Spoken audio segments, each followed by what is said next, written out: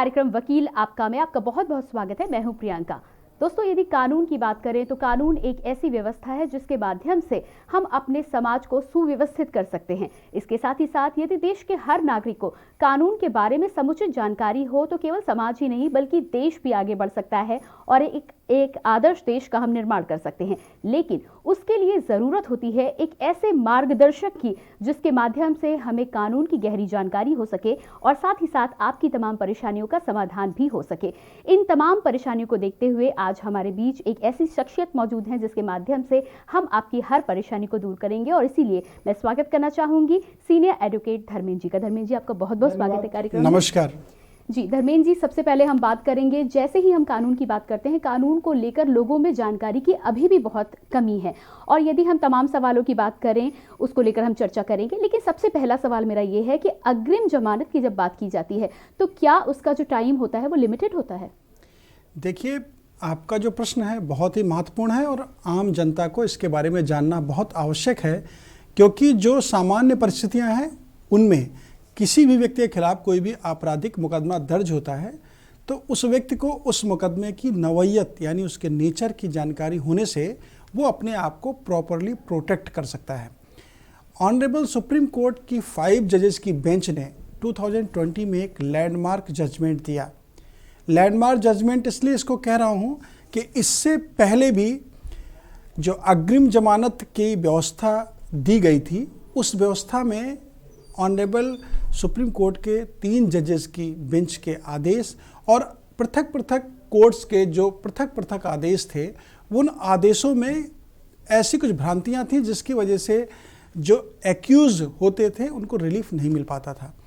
Honourable supreme court की 5 जजेस की बेंच यानी एपेक्स कोर्ट ने इन बिंदुओं को बिल्कुल क्रिस्टल क्लियर करते हुए सुशीला अग्रवाल वर्सेस स्टेट में अपना प्रतिपादित सिद्धांत दिया और उसमें ऑनरेबल सुप्रीम कोर्ट ने ये कहा कि जो अग्रिम जमानत पा रहा है उस अग्रिम जमानत को पाने वाले व्यक्ति का जो जमानत की अवधि है उसका सीमा में बांधना उचित नहीं है, यानी ड्यूरेशन फिक्सेशन नहीं होना चाहिए। जो भी व्यक्ति अग्रिम जमानत पा रहा है यानी अवैधानिक रूप से उसको किसी ऐसे मुकदमे में जो जिससे ऑफेंस नॉन बेलेबल है उसको अधिरोपित किया गया है तो वो न्यायालय के समक्ष जाके अग्रिम जमानत प्राप्त कर सकता है। अपने दर्शकों को ये भी मैं बताना चाहूँगा शॉर्ट में अग्रिम जमानत क्यों और किस तरह से ली जाती है। अग्रिम जमानत का जो प्रोविजंस है सीआरपीसी में सेक्शन 438 में 438 में उसमें कोई भी व्यक्ति जिसके खिलाफ एफआईआर दर्ज हुई हो नॉन बेलेबल ऑफेंस में या उसको ये संभावना हो कि उसके खिलाफ नॉन बेलेबल ऑफेंसेस में पुलिस कोई एफआईआर दर्ज करके उसको अरेस्ट कर सकती है, तो ऐसी परिस्थिति में वो व्यक्ति सेशन कोर्ट में अग्रिम जमानत के लिए प्रार्थना पत्र दे सकता है या माननीय उच्च न्यायालय के समक्ष अग्रिम जमानत का प्रार्थना पत्र प्रस्तुत कर सकता है।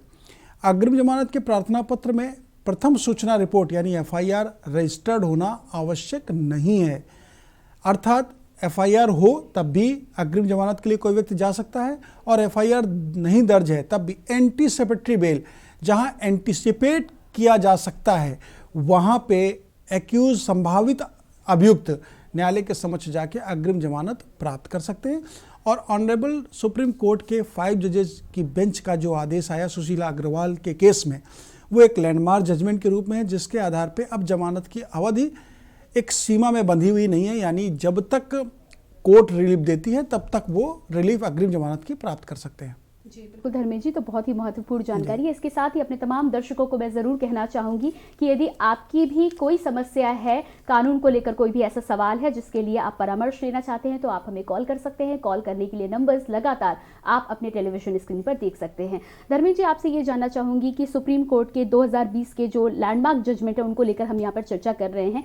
महिलाओं की जब हम बात करते हैं तो महिलाएं लगातार ही आगे बढ़ रही हैं और हर क्षेत्र में बेहतर करने का प्रयास कर रही हैं, तो क्या आर्मी में या डिफेंस में भी अब उनको परमानेंट कमीशन दिया जा सकता है?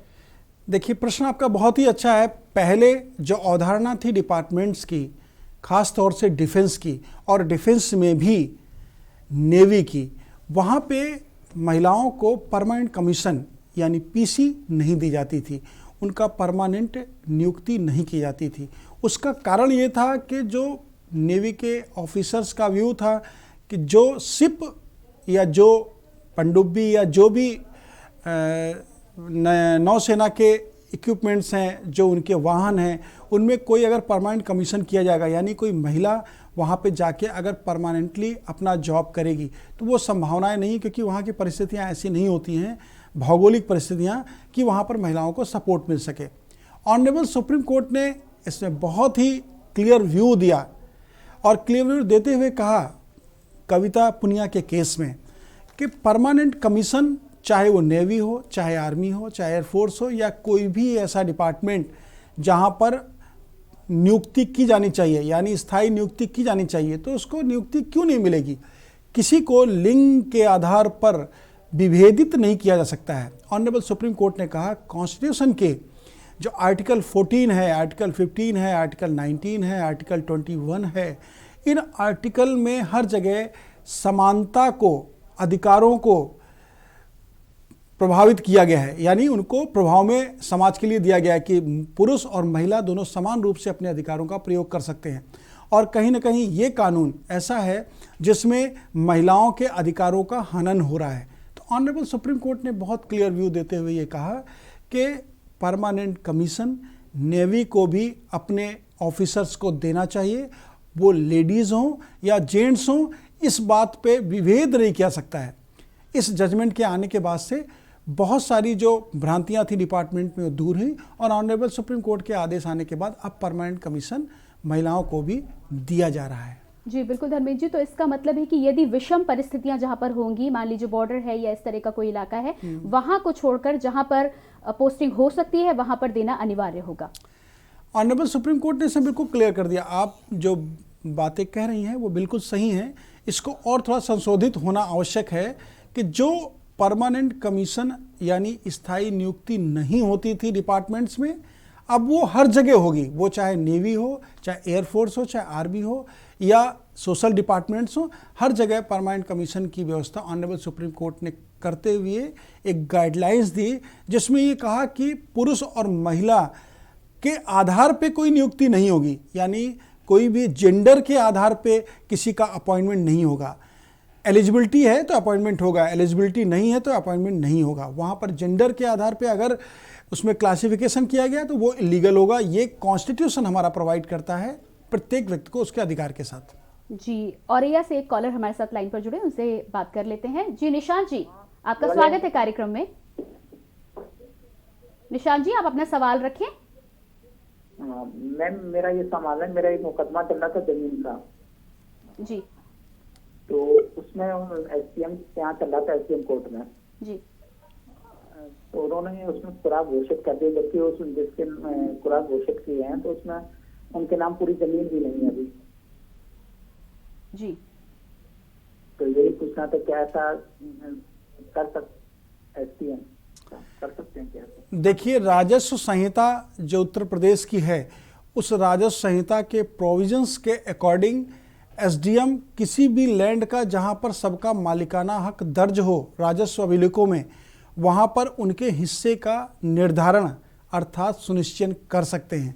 लेकिन आपके कथनानुसार जिस व्यक्ति का नाम राजस्व अभिलेखों में स्वामित्व के रूप में नहीं दर्ज है और उसके बाद एसडीएम द्वारा किसी पिटीशन में कुरा निर्धारित कर दिया गया, कुरा का मतलब उसका हिस्सा निर्धारित कर दिया गया है, तो वो आदेश लीगल नहीं है, इलीगल ऑर्डर है। उस अवैधानिक आदेश को आप उन्हीं एसडीएम महोदय के समक्ष रिव्यू पिटीशन देके, यानी पुनर्विलोकन प्रार्थना पत्र देके पुनर्विलोकित करने का रिलीफ सीख कर सकते हैं। और यदि उनके द्वारा उस आदेश पर आपको आदेश पारित नहीं किया जा रहा है या आपको रिलीफ नहीं दिया जा रहा है, तो जो उनके द्वारा पूर्व में आदेश पारित किया गया है उसके खिलाफ, उससे व्यथित होकर आप कमिश्नर महोदय के समक्ष अपनी अपील प्रस्तुत कर सकते हैं राजस्व संहिता में। और उस अपील में एसडीएम महोदय के उस आदेश को, जो विधि संगत तथ्यों पर आधारित नहीं है, उसको स्टे किया सकता है या उसको निरस्त किया सकता है और आपके विषय पर पुनः विचारण का आदेश प्राप्त हो सकता है। जी बिल्कुल, तो उम्मीद है कि निशांत जी को उनका जवाब मिल चुका होगा। आगे बढ़ेंगे और बात करना चाहेंगे घर को लेकर। तो घर में ऐसा अक्सर होता है कि लोगों को पूरी जानकारी नहीं होती है और उससे कई बार उन्हें बहुत नुकसान उठाना पड़ता है। मेरा सवाल ये है कि यदि घर का जो मालिक है वो भूमि का प्रति कर कोर्ट में जमा करा दे तो क्या मामला वहीं पर खत्म हो जाता है?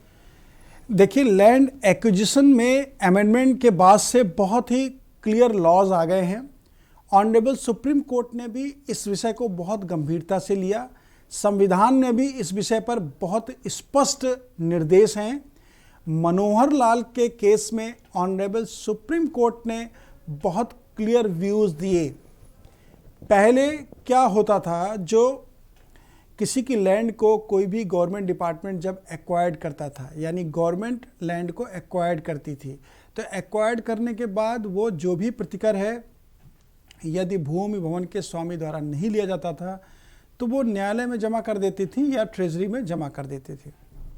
और उसके बाद उनका, यानी सरकार का ये सोचना होता था कि हमारी जिम्मेदारी खत्म हो गई। ऑनरेबल सुप्रीम कोर्ट ने मनोहर लाल के केस में स्पष्ट किया कि नहीं, जो प्रतिकर अपने मालिक द्वारा, यानी भूमि के मालिक द्वारा लिया गया है तो वहाँ पर जिम्मेदारी खत्म हो गई। लेकिन यदि प्रतिकर भूस्वामी या भवन स्वामी द्वारा नहीं लिया गया है और उसको विभाग द्वारा जमा कर दिया गया है ट्रेजरी में या कोर्ट में, और मालिक को यह लगता है कि हमारा प्रतिकर हमको कम दिया गया है, या प्रतिकर हमारा सुसंगत नहीं है, या प्रतिकर हमको और अधिक मिलना चाहिए था, या जो हमारा एक्विजिशन हुआ है उसके अगेंस्ट में मुझे ये benefits according to new act मिलने चाहिए थे और वो उसको नहीं मिले हैं, तो ऑनरेबल सुप्रीम कोर्ट ने इस कानून के माध्यम से, ये प्रतिवादी सिद्धांत के माध्यम से एक कानून बनाया कि यदि डिपार्टमेंट प्रतिकर की राशि को ट्रेजरी में या न्यायालय में जमा कर देती है और उसके बाद जो भूस्वामी या भवन स्वामी है उसमें कोई विवाद करता है और अधिक प्रतिकर की मांग करता है, तो उसकी कानूनी कार्रवाई को स्वीकार किया जाएगा, अर्थात उसके रेफरेंस के केस को एक्सेप्ट किया जाएगा। जब रेफरेंस का केस एक्सेप्ट होगा तो जो प्रतिकर की राशि का निर्धारण है वो प्रतिकर की राशि का निर्धारण का पुनर्विलोकन भी होगा, अर्थात उसको पुनर्विलोकन में ज़्यादा राशि भी मिल सकती है और बेनिफिट्स भी मिल सकते हैं।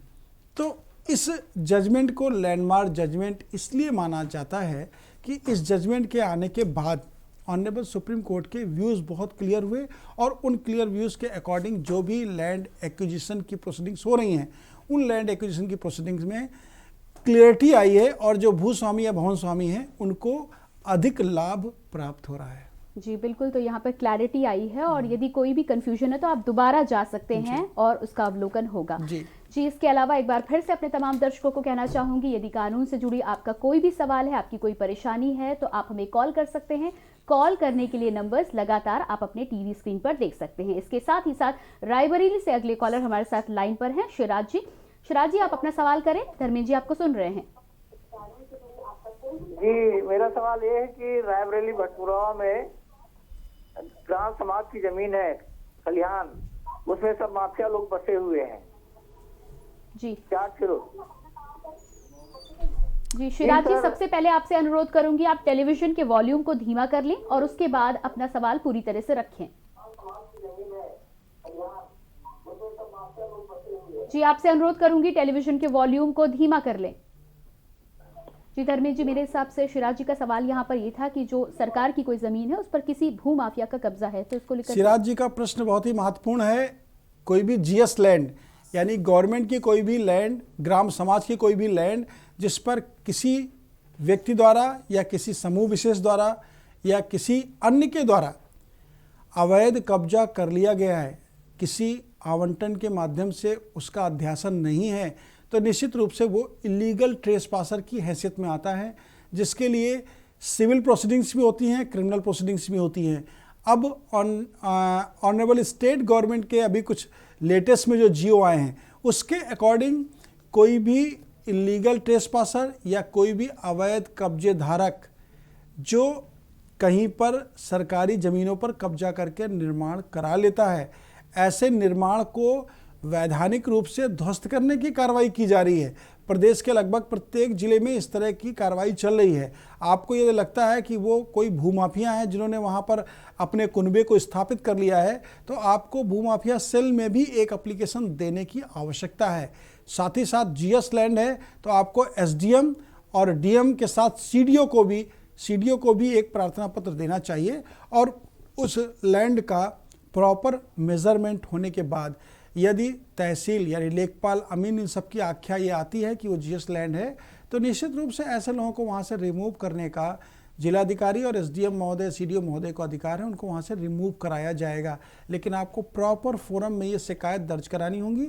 इसके साथ साथ आप IGRS मुख्यमंत्री पोर्टल पर जो कंप्लेंट होती है उसे IGRS शॉर्ट फॉर्म में कहते हैं, आप मुख्यमंत्री पोर्टल पर भी अपनी कंप्लेंट दर्ज करा सकते हैं और वहाँ से भी तुरंत कार्रवाई होने के निर्देश मिल सकते हैं आपको। जी बिल्कुल, आगे बढ़ेंगे और अगले कॉलर हमारे हरदोई से आसिफ जी लाइन पर जुड़ चुके हैं। आसिफ जी, आप अपना सवाल रखें। हेलो, हमारा जो है हरदोई में मुकदमा चल रहा है 294 का, वो जो है हमने उसकी जमानत करा ली है, मगर वो कैसे खत्म होगा? देखिए, आपका 294 IPC में जो केस आपके खिलाफ चल रहा है, आपने बेल करा ली है।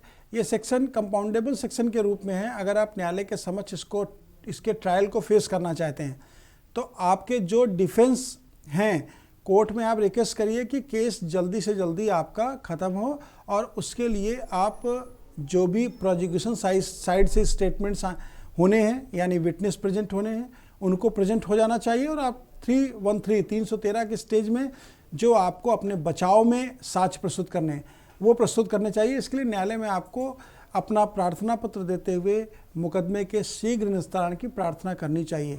इसके साथ दूसरा पक्ष भी है, जो लोक अदालत लगती है प्रत्येक न्यायालय में, लोक अदालत में भी इस मुकदमे को आप अगर स्वीकार करना चाहते हैं अपराध, तो स्वीकार करते हुए इसके लिए जो भी जुर्माना या जो भी सजा के प्रोविजंस हैं उसके आधार पे कोर्ट आपके इस मुकदमे को समाप्त कर सकती है।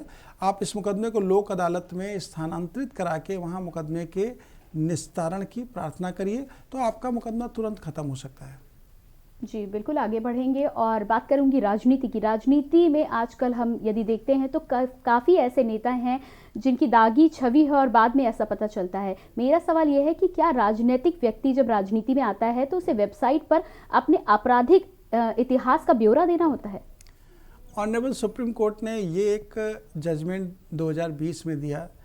राम बाबू सिंह ठाकुर के केस में ऑनरेबल सुप्रीम कोर्ट ने बहुत अच्छा जजमेंट दिया और ये जजमेंट लैंडमार्क जजमेंट के रूप में आया। इसके साथ ही साथ इसकी समाज में बहुत उपयोगिता भी है। कोई भी राजनीतिक दल किसी भी राजनीतिक व्यक्ति को अपना पदाधिकारी या किसी हाउस में भेजने के लिए प्रोसेस करता है, तो निश्चित रूप से ऐसे व्यक्ति को अपने बारे में, अपनी क्रिमिनल हिस्ट्री के बारे में वेबसाइट पे डिस्क्रिप्शंस देने चाहिए।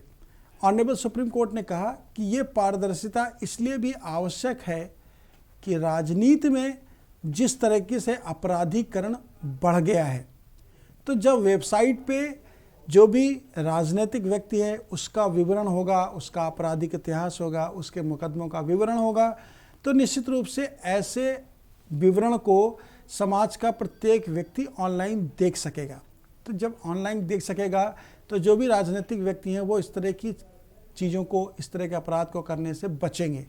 ये एक पारदर्शिता को लाने वाला लैंडमार्क जजमेंट है, जिसमें ऑनरेबल सुप्रीम कोर्ट ने अपने क्लियर व्यूज़ देते हुए ये कहा कि जो भी राजनीतिक व्यक्ति किसी भी पद को प्राप्त करने जा रहा है और जो राजनीतिक पार्टियां उनको अपने संरक्षण में राजनीतिक पद पर स्थापित करने जा रही हैं, उनको वेबसाइट पे अपना आपराधिक इतिहास दर्ज करना पड़ेगा, और वो अब दर्ज हो भी रहा है। जी बिल्कुल, तो ये बहुत ही सराहनीय जजमेंट है और इससे मुझे पूरी उम्मीद है कि समाज भी अच्छा होगा और राजनीति के लिए भी काफी कुछ अच्छा होगा। आगे बढ़ेंगे और हमारे अगले कॉलर AK पांडे जी प्रतापगढ़ से हमारे साथ लाइन पर हैं। जी, आपका बहुत बहुत स्वागत है, अपना सवाल करें। ये जानकारी चाह रहे हैं। जी हेलो जी, बताइए। जी AK पांडे जी, आपको हम सुन पा रहे हैं, आप अपना सवाल रखें।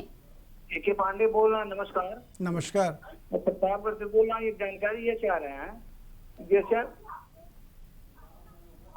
हम ये सवाल रखना चाहते हैं कि हमने जो है, जी आप अपने सवाल कम शब्दों में जल्द पूरा करें। एक एडीए की जमीन या भवन है पुराना, उसको हमने जो है एग्रीमेंट करा रखा है।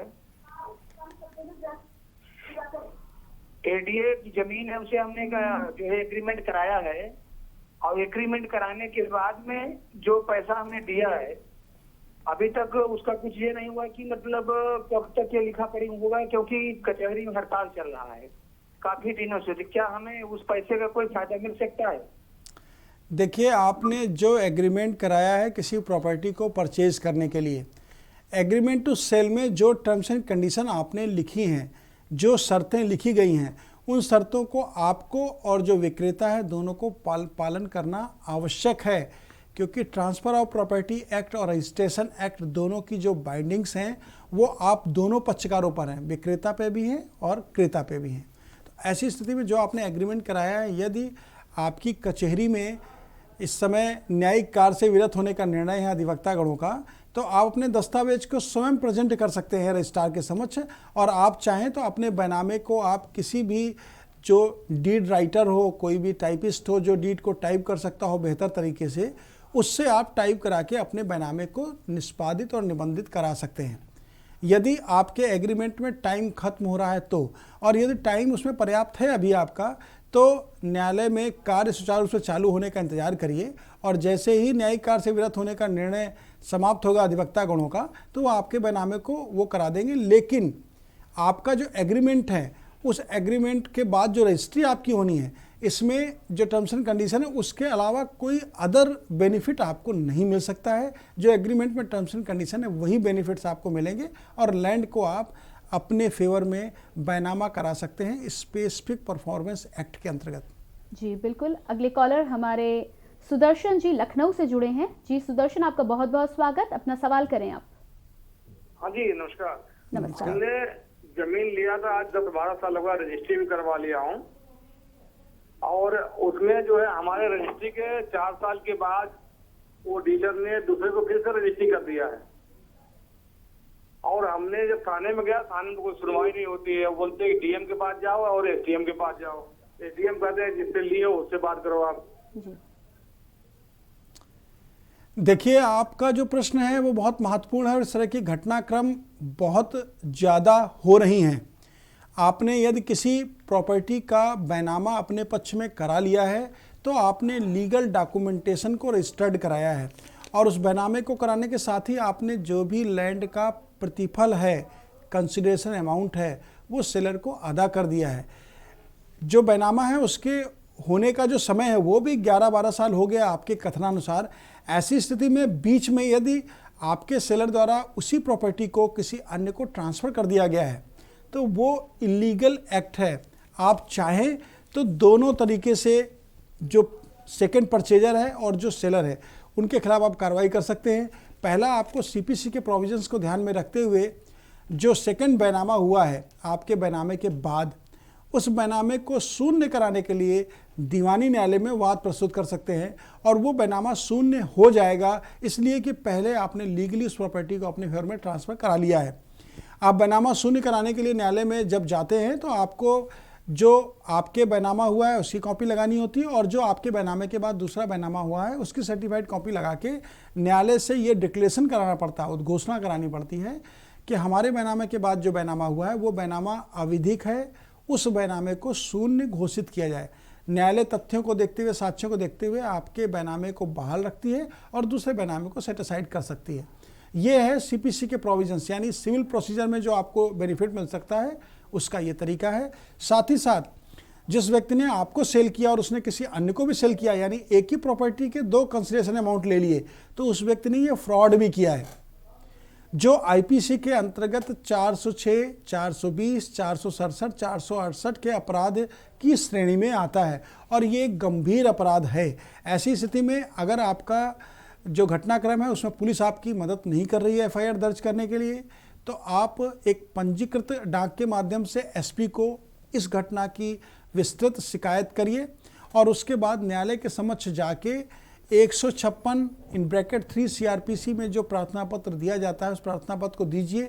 मेरा अपना ओपिनियन ये है कि 156(3) सब क्लास 3 CRPC में अगर आप एप्लीकेशन देते हैं न्यायालय में तो उस व्यक्ति के खिलाफ इन सेक्शंस में जो मैंने आपको बताया 406, 420, 467, 468, 471 IPC, इनके अंतर्गत उनके खिलाफ फर्स्ट इन्फॉर्मेशन रिपोर्ट रजिस्टर्ड हो सकती है और आपको आपका जो न्याय मिलने की प्रक्रिया है वो आसानी से पूर्ण हो सकती है। जी बिल्कुल, आगे बढ़ेंगे और अगले कॉलर हमारे फर्रुखाबाद से राम मनोहर जी लाइन पर हैं। जी राम मनोहर जी, आपका बहुत बहुत स्वागत।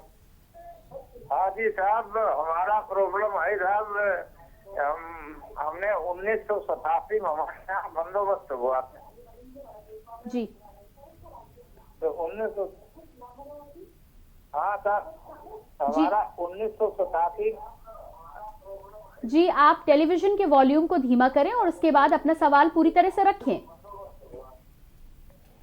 हमारा साहब 1987 में समझौता के आधार पे हमारे दाऊ के नाम जमीन ज्यादा थी जिम्मेदारी खात्मे के बाद।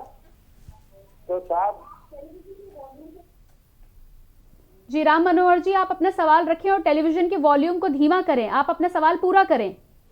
हाँ साहब, हमारा सवाल है कि साहब हमारे 1987 में हमारा आपसी बंटवारा हुआ था जिसमें आधे आधे हमारे पिता 2 भाई थे। हाँ जी जी जी जी, बात पूरी करें। 2 भाई थे तो उसमें समझौता के आधार पर हमारा हुआ था बंदोबस्त में। समझौता के आधार पे 1/2 आधा 2 भाई थे हमारे पिता। और साहब हम फौज में नौकरी करते 2-3 भाई साहब, हमको पता नहीं चला। फिर हमारे यहाँ चकबंदी आई 1992 में जी बजट के बाद। फिर इन्होंने एक मुकदमा डाला तहसील में मुकदमा डालने के बाद वहाँ से उस मुकदमा खारिज होगा। फिर वो चकबंदी में अभी मुकदमा चल रहा है साहब। हमारा समझौता हुआ था, हमारे बाबा जमींदार से बड़े के नाम जमीन होती, तुम्हारे बाबा के नाम से दाऊ के नाम जमीन 8.5 एकड़ ज्यादा थी। और साहब हमारे पिता के नाम तनहा जमीन 1.5 एकड़ थी। तो दोनों को बराबर करके 1/2 करके बंटवारा ये क्या नाम बंदोबस्त ने समझौता के आधार पर कर दिया 1987।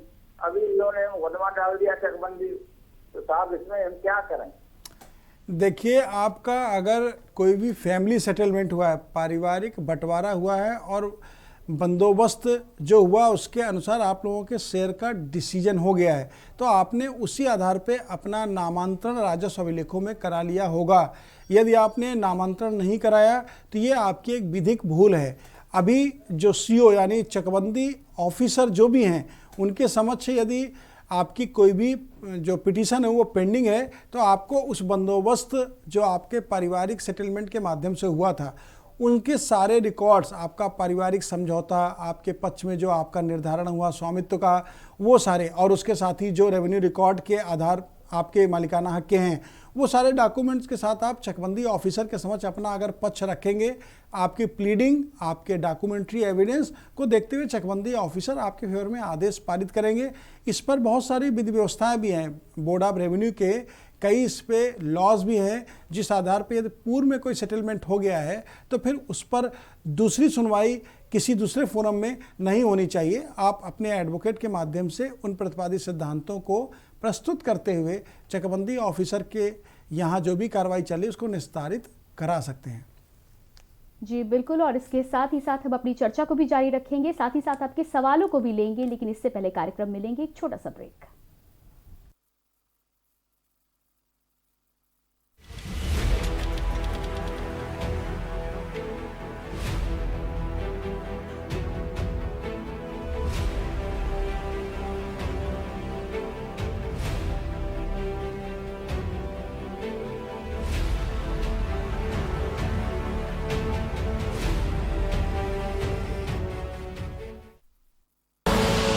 आप देख रहे हैं के न्यूज, खबरों का सारथी। सतत पहल द्वारा आज जो कचरा और कृषि अपशिष्ट है वो कल गाड़ियों में फ्यूल बनकर दौड़ेगा। किसानों के लिए अतिरिक्त आय के साधन बनेंगे, रोजगारों का सृजन होगा, प्राकृतिक गैस और कच्चे तेल का आयात घटेगा, पर्यावरण होगा स्वच्छ और भारत आत्मनिर्भर बनेगा। सतत पहल, sustainable alternative towards affordable transportation. सक्षम पेट्रोलियम और प्राकृतिक गैस मंत्रालय की पहल, PCRA एवं भारत सरकार द्वारा जनहित में जारी। स्वाद और खुशबू में झूम के भाई लेके आए गोल्डी मसाले, खुशबू और स्वाद ऐसा तो रिश्तों में गुस्सा कैसा। खुदी को आजमाया है तो ये अंदाज आया है, खुदी को आजमाया है तो ये अंदाज आया है। तुम में भी मैं हूं, शुद्ध प्लस पान मसाला।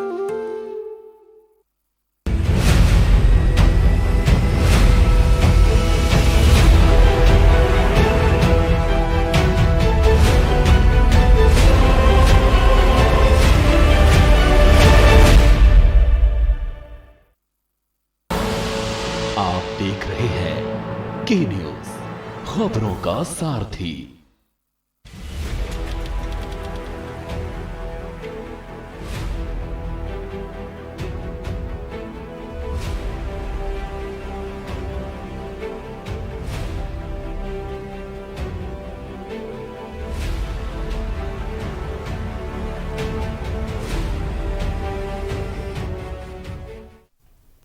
ब्रेक के बाद एक बार फिर से आप सभी का स्वागत है आपके पसंदीदा कार्यक्रम वकील आपका में। धर्मेंद्र जी, आपसे हम चर्चा कर रहे हैं, चर्चा को हम जरूर आगे बढ़ाएंगे, लेकिन इसके साथ ही साथ हमारे बहुत सारे कॉलर लाइन पर हैं, तो सबसे पहले उनसे बात कर लेंगे। दमयंती जी हरियाणा से हमारे साथ हैं। दमयंती जी, आपका बहुत बहुत स्वागत है कार्यक्रम में, आप अपना सवाल रखें। दमयंती जी, क्या आप हमें सुन पा रही हैं? शायद संपर्क हमारा यहां पर नहीं हो पा रहा है, अगले कॉलर से बात करेंगे। ब्रिजभूषण जी सहारनपुर से हमारे साथ लाइन पर हैं। ब्रिजभूषण जी, क्या मेरी आवाज आप तक पहुंच पा रही है? शायद हमारा संपर्क यहां पर नहीं हो पा रहा है।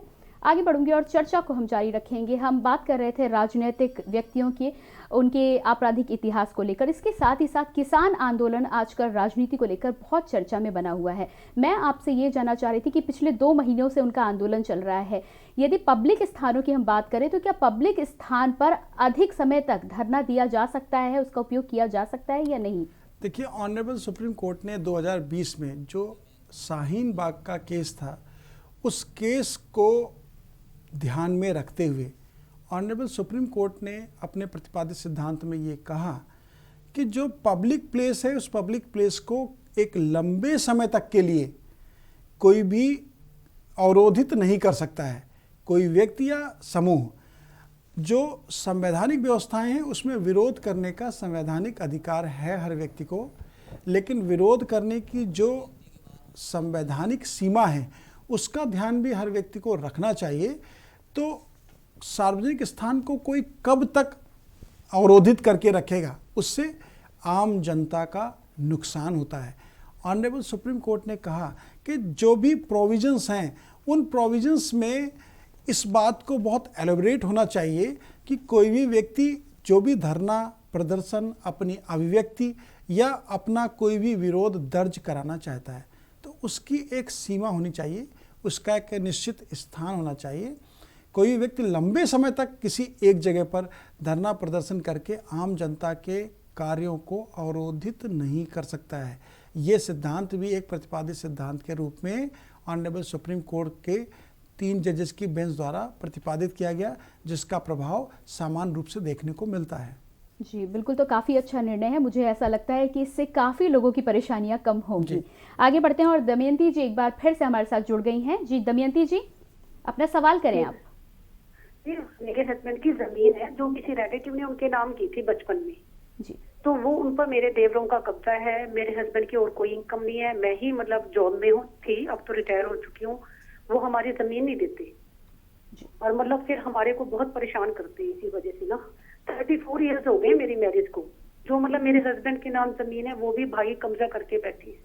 जी दमयंती जी, जो आपके पति यानी हस्बैंड के नाम पे जो आपकी लैंड है, उस लैंड के जो रेवेन्यू रिकॉर्ड्स या जो आवासीय अभिलेख हैं, अगर आपका भूमि है तो रेवेन्यू रिकॉर्ड होगा, और यदि भवन है तो आवासीय जो डिपार्टमेंट्स हैं वहाँ पर, नगर निगम या प्राधिकरण जहाँ पर भी, तो आप निश्चित रूप से उन डॉक्यूमेंट्स को कलेक्ट करते हुए, उन डॉक्यूमेंट्स को आप लेने के साथ आपके जो देवर हैं, आपके पति के जो भाई हैं, उनके द्वारा यदि अवैध कब्जा करा गया है या करके रखा हुआ है तो निश्चित रूप से आप उनके बेदखली की कार्रवाई सिविल कोर्ट के माध्यम से कर सकते हैं।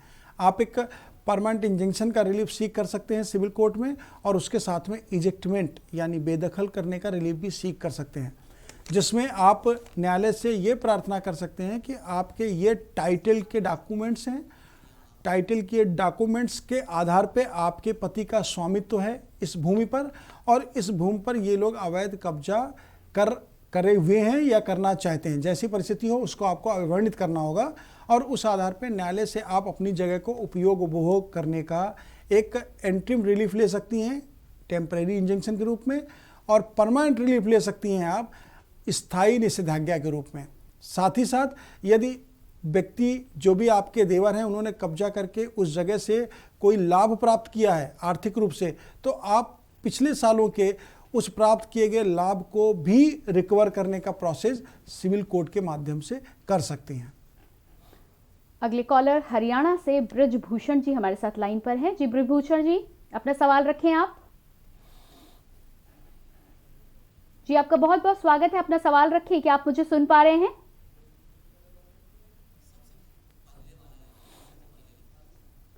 शायद संपर्क हमारा नहीं हो पा रहा है। अगले कॉलर से बात करेंगे। शाहजहांपुर से राधे श्याम जी लाइन पर हैं। राधे श्याम जी, आपका बहुत बहुत स्वागत है कार्यक्रम में, अपना सवाल करें। ऐसा है, नमस्कार। नमस्कार। मैं शाहजहांपुर से बोल रहा हूँ। मेरा अपना मकान है जो जी मैंने अपना मकान अपनी जगह पे बनवाया, जगह खरीदने के बाद उस मकान से मुझे और मेरी पत्नी को, हम लोग वरिष्ठ नागरिक है, 75 साल एज है, लड़के की बहू ने बाल पीट के हमें घर से निकाल दिया। हमने इस संबंध में थाना जो हमारा है उसमें तारीख दी थी। उसके बाद 15 महीने पहले संबंधित ITM महोदय के यहाँ से निकाला था, किसी ने कोई सुनवाई नहीं की है। क्या हम इस मकान को बेच दें और जो वो लड़के की बहू है उसे निकालने के लिए घर से हम क्या करें? समय साहब को भी हमें ऐसी राय दें। देखिए, आपका जो समस्या है आपकी वो अति गंभीर है। इस विषय पर ऑनरेबल सुप्रीम कोर्ट ने भी प्रतिपादित सिद्धांत अपना दिया, और जो अधिनियम है, जो सीनियर सिटीजन पेरेंट्स के वेलफेयर के लिए एक्ट है, उस एक्ट में जो प्रोविजंस हैं उसके अकॉर्डिंग आपने SDM के समक्ष भी अपना प्रार्थना पत्र दिया, लेकिन आपके कथनानुसार SDM महोदय ने भी आपको जो प्रोविजंस हैं उनके अकॉर्डिंग रिलीफ नहीं दिया। आपको उस आदेश के खिलाफ DM महोदय के समक्ष एक प्रार्थना पत्र देना चाहिए था, जिसमें आपको ये कथन करना चाहिए कि SDM महोदय ने आपको सुसंगत तथ्यों को अवलोकित करते हुए रिलीफ नहीं दिया है। आप DM साहब के समक्ष, जिलाधिकारी महोदय के समक्ष अपना प्रार्थना पत्र देंगे जो अधिनियम के प्रोविजंस हैं उसके अकॉर्डिंग, तो आपको बेनिफिट मिलेगा। साथ ही साथ आपका जो दूसरा प्रश्न है वो भी महत्वपूर्ण है कि आप जिस भवन के स्वामी हैं उस भवन से आपको कोई भी बेदखल नहीं कर सकता है, वो चाहे आपके पुत्र हों या पुत्रवधू हों या कोई अन्य व्यक्ति हो। आप अपने भवन के स्वामी हैं, आप वरिष्ठ नागरिक हैं, ऐसी स्थिति में जिलाधिकारी महोदय के समक्ष आप अपनी कंप्लेंट दर्ज कराइए, और आप किसी भी समय मकान को विक्रय करने के लिए स्वच्छंद हैं। जब तक कि किसी कोर्ट का कोई स्टे ऑर्डर ना हो, आपको विक्रय से करने से रोका ना गया हो, तब तक आप अपने मकान को कभी भी विक्रय कर सकते हैं, यानी सेल कर सकते हैं। तो आप चाहें तो अपनी भवन को आप सेल कर दें, आप चाहें तो DM महोदय के समक्ष पिटीशन देके उसमें आप पोजीशन प्राप्त कर लें, कब्जा प्राप्त कर लें, और अपनी बहू और बेटे को यदि वो अनैतिक कार्य आपके साथ कर रहे हैं या आपके साथ दुर्व्यवहार कर रहे हैं तो आपको उनको बेदखल करने के अधिकारात भी अधिनियम के अंतर्गत प्राप्त हैं। जी बिल्कुल धर्मेंद्र जी, तो यहाँ पर मामला बहुत ही गंभीर है, और यदि ऐसा वरिष्ठ नागरिकों के साथ होता है तो ये समाज के लिए बहुत ही दुखद बात है। मैं आपसे ये जानना चाहती हूँ कि क्या यदि इस तरह के कोई पीड़ित वरिष्ठ नागरिक हो तो उनके लिए कोई ऐसा कानून है या कोई ऐसा सुझाव है जिससे उनकी सुनवाई जल्दी हो सके? देखिए, senior citizen and parents welfare act में जो प्रोविजंस हैं उन प्रोविजंस के अकॉर्डिंग जिलाधिकारी महोदय, SDM महोदय को पिटीशन आने के बाद 60 दिन के अंदर उसका निस्तारण करना है, ये प्रोविजंस दिए गए हैं। तो कोई भी पिटीशन यदि वरिष्ठ नागरिकों द्वारा या माता पिता द्वारा जो डिपेंडेंट हैं अपने बच्चों पर, उनके द्वारा किए गए दुर्व्यवहार के खिलाफ दाखिल की जाती है, तो न्यायालय को यह अधिकार है कि जो प्रोविजंस हैं उन प्रोविजंस के अकॉर्डिंग उसका निस्तारण त्वरित करें, और त्वरित करने के साथ एंट्रीम रिलीफ तो उनको तुरंत देना चाहिए। लेकिन एक जो केस के विचारण का जो प्रोविज़न है, उस प्रोविज़न को भी फॉलो करना संवैधानिक रूप से आवश्यक होता है। अर्थात जो भी विपक्षी होते हैं उनको न्यायालय द्वारा नोटिस दिया जाता है, उनका भी जो भी जवाब या ऑब्जेक्शन है वो कोर्ट इनवाइट करती है, और फिर उनकी बात को सुन के कोर्ट जो भी लीगल डिसीजंस हैं वो कोर्ट दे सकती है। मैंने जो इस तरह के मामला में जो मैंने केस प्रस्तुत किए, मैंने उन सब केसेस में अर्जेंसी शो करते हुए एसडीएम और डीएम महोदय से रिक्वेस्ट की, और डीएम महोदय ने त्वरित न्याय देते हुए जो पेरेंट्स थे, जो सीनियर सिटीजन थे, उनको लीगल रिलीफ दिया। यहाँ पर सिर्फ मैं दर्शकों को ये बताना चाहता हूँ कि आपकी तरफ से कार्रवाई को सही तरीके से करने की आवश्यकता है। कानून के परिधि में रहते हुए न्यायालय आपको तुरंत लाभ देने के लिए तैयार बैठी हैं, लेकिन आपका जो तरीका है न्यायालय के समक्ष आपके साक्ष्य, आपका प्लीडिंग, आपके जो भी ग्रीवांसेज हैं उनको प्रेजेंट करने का तरीका आपका सही, सुसंगत और न्यायिक तरीके से होना चाहिए। जी बिल्कुल। हरियाणा से हमारे कॉलर ब्रिजभूषण जी एक बार फिर से लाइन पर हैं। ब्रिजभूषण जी, अपना सवाल रखें आप। मेरा सवाल यह है जी, वो कोई साक्ष्य मान्य न्यायालय में 313 के तहत जमा किया गया जी, परंतु सरकारी अधिवक्ता द्वारा उसे प्रदर्शित नहीं किया जाता है, तो लेकिन लोअर कोर्ट सजा कर देती है। अपीले कोर्ट में कहा जाता है कि इसे सरकारी वकील ने प्रदर्शित नहीं कर रखा, तो क्या सरकारी वकील द्वारा प्रदर्शित कराना किसी साक्ष्य का जिम्मा काम है? देखिए 313 सीआरपीसी में जो प्रोविजंस हैं उसमें हर एक्यूज को अपना डिफेंस, वो विटनेस के रूप में, एविडेंस, डॉक्यूमेंट्री एविडेंस के रूप में या किसी भी अन्य रूप में न्यायालय के समक्ष प्रस्तुत करने का अधिकार है। अब जो भी एक्यूज पर्सन है उनके द्वारा डिफेंस प्रस्तुत किया गया, विटनेस प्रस्तुत किए गए, और उस पर प्रतिपरीक्षा यानी क्रॉस एग्जामिनेशन प्रोसिक्यूशन साइड से काउंसिल द्वारा नहीं किया जा रहा है, तो ये निश्चित रूप से ये एक इलीगल एक्ट है और इस पर आपको अपीलेट कोर्ट में बेनिफिट मिल सकता है। यदि क्रॉस एग्जामिनेशन नहीं किया गया और कोर्ट ने क्रॉस एग्जामिनेशन का जो टाइम था उसको समाप्त करते हुए केस में जजमेंट दे दिया, तो इस ग्राउंड, इस बिंदु को आप आधार बना के लीगल बेनिफिट प्राप्त कर सकते हैं, और इस बिंदु को आधार बना के प्रोसिक्यूशन भी अपील में जा सकते हैं।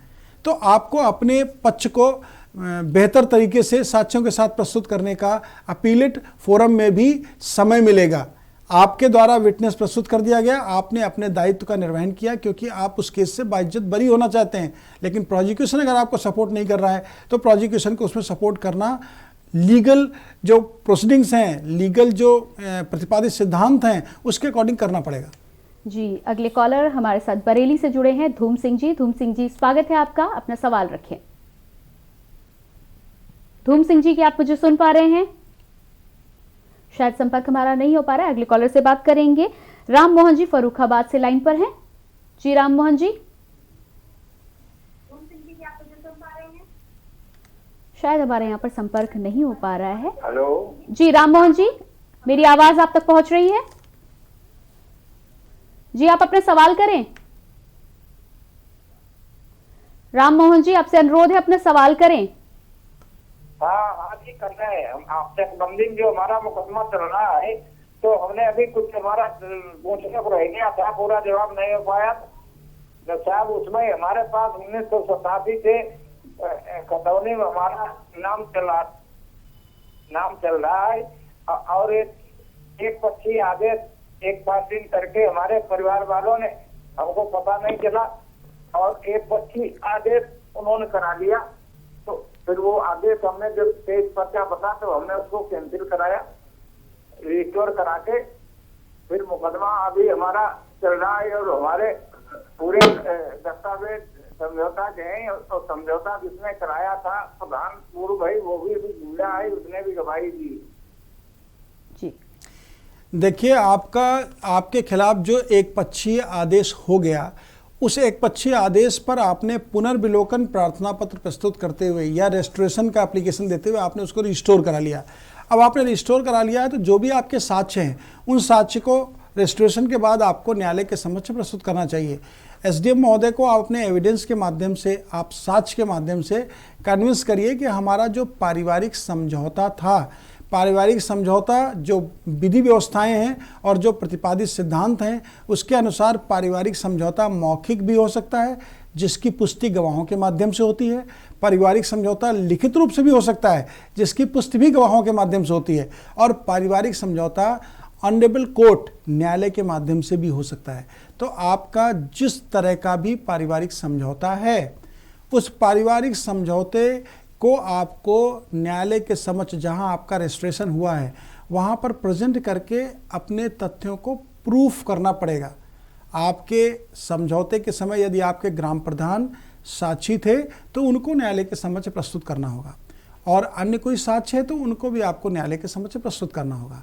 आप न्यायालय के समक्ष अगर ये पर्याप्त साक्ष्य प्रस्तुत कर देते हैं तो आपका जो रेस्टोरेशन हुआ है उस रेस्टोरेशन में, उस केस में आपको बेनिफिट मिलेगा और आपका नाम फिर राजस्व अभिलेखों में स्वतः अधिकारी के रूप में दर्ज हो जाएगा। जी बिल्कुल, आगे बढ़ेंगे। अगले कॉलर दुर्गा प्रसाद कानपुर से हमारे साथ है। बहुत स्वागत आपका कार्यक्रम में, अपना सवाल करें। दुर्गा प्रसाद जी, क्या आप मुझे सुन पा रहे हैं? अगले कॉलर से बात करेंगे। यहाँ पर रामविलास जी राजस्थान से हमारे साथ जुड़े हुए हैं। रामविलास जी, अपना सवाल रखें। शायद संपर्क हमारा यहाँ पर नहीं हो पा रहा है। लगातार हम बात कर रहे थे पब्लिक प्रॉपर्टी पर धरने की, हमने बात की थी यहाँ पर, तो उस सवाल का तो जवाब मुझे मिल गया। अगला सवाल ये है कि सरकार की यदि हम बात करते हैं तो इंटरनेट सेवा बंद करने का चलन लगातार बढ़ रहा है। कुछ भी स्थिति होती है और स्थितियों को काबू में करने के लिए तुरंत इंटरनेट सेवा बंद कर दी जाती है, तो क्या ये किया जा सकता है? ऑनरेबल सुप्रीम कोर्ट ने इस विषय वस्तु पर भी 2020 में प्रतिपादित सिद्धांत अपना दिया, और ऑनरेबल सुप्रीम कोर्ट ने कहा कि प्रतिपादित जो पूर्व के प्रतिपादित सिद्धांत हैं उनको, उनके प्रकाश में जो इंटरनेट सेवाओं को सरकार द्वारा बंद किया जाता है ये नहीं बंद किया जाना चाहिए। अर्थात जो फंडामेंटल राइट हैं उन फंडामेंटल राइट में अगर हम आर्टिकल 21 की बात करें, आर्टिकल 19 की बात करें, तो जो फंडामेंटल राइट हैं उन फंडामेंटल राइट में इंटरनेट सेवा का उपयोग, उपभोग करना भी एक संवैधानिक अधिकार की श्रेणी में आता है। तो ऐसी स्थिति में इंटरनेट सेवाओं को अगर कहीं बंद कर दिया जाता है तो वो व्यक्ति के अधिकारों का हनन है। जैसा कि अभी एनसीआर, दिल्ली एनसीआर के आसपास जो कुछ आंदोलन में विवाद हुए, उन विवादों के मध्य में सरकार द्वारा डिसीजन लेते हुए इंटरनेट सेवाएं वहाँ कुछ समय के लिए बंद कर दी गई। तो जहाँ पर शांति व्यवस्था बहाल करने की बात है, जहाँ प्रशासनिक दायित्व निभाने की बात है, वहाँ पर कुछ समय के लिए यदि उसमें अवरोधित करने के प्रोविजंस हैं तो गवर्नमेंट कर सकती है, लेकिन परमानेंट कहीं भी इंटरनेट सेवाएं नहीं बंद की जा सकती हैं। ये ऑनरेबल सुप्रीम कोर्ट ने सिद्धांत के माध्यम से लोगों को रिलीफ दिया। जी बिल्कुल। श्याम प्रकाश जी हमारे साथ सीतापुर से जुड़े हैं, इनसे बात करेंगे। श्याम प्रकाश जी। जी मैडम। जी स्वागत आपका कार्यक्रम में, सवाल करें। जी मैडम, एक्चुअली में मेरा एक मकान है जो 2400 स्क्वायर फीट का, तो हम लोग 3 भाइयों के नाम रजिस्ट्री है। जी मैडम। जी बताएं। जी मैडम, हमारा एक मकान है 2400 स्क्वायर फीट का जिसमें 800 स्क्वायर फीट की 3 भाइयों के नाम रजिस्ट्री थी। जी। तो उसमें रजिस्ट्री होने के बाद क्या हुआ कि उनमें हमारे फादर एक्सपायर हो गए। उसके बाद मेरे भाई ने वहाँ गलत गलत काम चालू कर दिए, जिसकी वजह से मुझे मजबूरन इतना प्रताड़ित हो गया कि मकान छोड़ना पड़ गया। हम लोग किराए पे रह रहे सन 2012 से। जी। और हमने पहले हम पुलिस के पास गए तो वहां से कोई रिस्पांस नहीं मिला। फिर हम कोर्ट गए तो हमें गाइड किया गया कि आप कोर्ट केस करो। हमने कोर्ट केस किया सन 2014 में। जी। अभी सर हमारा केस वहाँ पे आया है आपका गवाही पे। अब सर समझ में ये नहीं आ रहा है, एक तो हम लोग रेंट देते देते परेशान है और वहाँ पर वो लोग खाली करने को नहीं तैयार है। जी। हमने बातचीत की भी कोशिश की, वो भी कोई सोल्यूशन नहीं निकल रहा है। हमने लोक अदालत में भी अप्लाई किया तो वो लोग वहाँ पे हाजिर नहीं हुए। देखिए, आपके मकान में जहां आपका स्वामित्व है, सह स्वामित्व है 800 वर्ग फीट में, उस सह स्वामित्व का निर्धारण न्यायालय के माध्यम से डिवीज़न करा के आपको लेना चाहिए। यदि आपने जो सिविल केस फाइल किया है वो सिविल केस सही प्लीडिंग के साथ फाइल किया है तो निश्चित रूप से एविडेंस जो आपकी प्रस्तुत होनी है उन एविडेंस को जल्दी से जल्दी प्रस्तुत करते हुए न्यायालय में एक प्रार्थना पत्र आप और दीजिए सेक्शन 151 सीपीसी के अंतर्गत, जिसमें आप न्यायालय से प्रार्थना करिए कि हमारी जो जगह है उस जगह यानी हमारा जो हिस्सा है उस हिस्से को उपयोग उपभोग करने में यह हस्तक्षेप न करें, इस बात का हमें अंतरिम निषेधाज्ञा का उपशम प्रदान कर दिया जाए। न्यायालय आपको इस विषय वस्तु पर अंतरिम आदेश भी दे सकते हैं। लेकिन सिविल सूट जो आपने फाइल किया है उसमें अगर परमानेंट रिलीफ इस तरह का नहीं है तो एंट्रीम रिलीफ भी आपको नहीं मिलेगा, आपको अमेंडमेंट केस में करना चाहिए। आपके पत्रावली को पूरी तरीके से देखने के बाद ही इसमें एक सुस्पष्ट ओपिनियन दी जा सकती है। प्राइमा फेसाई आपका जो केस चल रहा है उस केस में जो भी एविडेंसेस आपको देनी है उन एविडेंसेस को आप जल्दी से जल्दी प्रेजेंट करिए। जो विटनेस आपको देने हैं उन विटनेस को जल्दी से जल्दी प्रेजेंट करिए और न्यायालय में एक प्रार्थना पत्र लगाइए कि इस वाद का निस्तारण समयबद्धता के साथ शीघ्रातिशीघ्र कर दिया जाए। न्यायालय आपके प्रार्थना पत्र को अवलोकित करते हुए केस के ड्यूरेशन को फिक्स कर सकती है, यानी समय को भी निर्धारित कर सकती है कि ये मुकदमा 6 महीने में ख़त्म होगा या 3 महीने में ख़त्म होगा या 1 साल में ख़त्म होगा। तो उस आदेश के बाद फिर न्यायालय किसी भी केस को डे टू डे हियरिंग कर सकती है, यानी दिन प्रतिदिन की सुनवाई कर सकती है या जल्दी से जल्दी तिथि लगाकर सुनवाई कर सकती है। तो आपको अपने अधिवक्ता महोदय के माध्यम से जो आपका वाद है उसकी जल्दी से जल्दी निस्तारण की कार्रवाई करनी चाहिए और आपको सारे साक्ष्य देते हुए मुकदमे में यदि आपका स्वामित्व स्पष्ट है, जिसका डॉक्यूमेंट्री एविडेंस है, आप वहाँ पर कब्जे में हैं, इस बात का भी प्रमाण आपका अभी नहीं है क्योंकि अभी तो आप किराए पर रह रहे हैं। पहले आप वहाँ कब्जे में थे, आपको कोर्ट द्वारा या तो कोई आदेशात्मक उपशम प्राप्त हो जाता है जिसमें आपकी भूभाग पर आपका उपयोग करने के लिए अधिकार मिल जाता है, तो आपके लिए सुगम होगा और आप केस के बेनिफिट के साथ उस जगह पर पुनर्स्थापित हो सकते हैं। जी बिल्कुल, आगे बढ़ेंगे। अगले कॉलर पंजाब से सतेंद्र सिंह लाइन पर है, उनसे बात करेंगे। जी सतेंद्र जी। हेलो जी, स्वागत आपका कार्यक्रम में, अपना सवाल रखें। हाँ, मेरा सवाल ये है कि मैरिज के बाद बेटी का माँ बाप के जिंदा रहते प्रॉपर्टी पे अधिकार होता है? जी देखिए, 2005 के बाद से जो संशोधन हुआ है कानून में, उसके अनुसार बेटा और बेटी दोनों का बराबर का अधिकार होता है माता पिता की संपत्ति पे या दादा दादी की संपत्ति पे। लेकिन यदि माता पिता ने वो संपत्ति स्वयं अर्जित की है तो ऐसी स्थिति में वो अगर नहीं देना चाहते हैं पुत्री और पुत्र को, तो निश्चित रूप से उनको बाध्य नहीं किया सकता इस बात के लिए कि वो अपने मकान, अपनी जायदाद को पुत्र या पुत्री को दें। लेकिन अन्य संपत्तियों की स्थिति में पुत्र और पुत्री को बराबर का अधिकार है। यदि पुत्र को कोई भी हिस्सा प्राप्त होगा तो पुत्री को उसका हिस्सा प्राप्त करने का विधिक अधिकार है। जी बिल्कुल, तो यहाँ पर उम्मीद करती हूँ कि इनको इनके सवालों का जवाब मिल गया होगा। समय की कमी की वजह से आज की हमारी चर्चा को हम यहीं पर विराम देंगे। आपने अपना बहुमूल्य समय हमें दिया, उसके लिए आपका बहुत बहुत धन्यवाद। Thank you so much to all. जी बिल्कुल, और इसके साथ ही साथ अपने तमाम दर्शकों से मैं कहना चाहूंगी, यदि आपकी कोई भी समस्या है तो आप कॉन्टैक्ट तो कर ही सकते हैं। साथ ही साथ अगले रविवार हम आपसे फिर से मुलाकात करेंगे। आज के कार्यक्रम के लिए हमें दीजिए इजाजत। नमस्कार।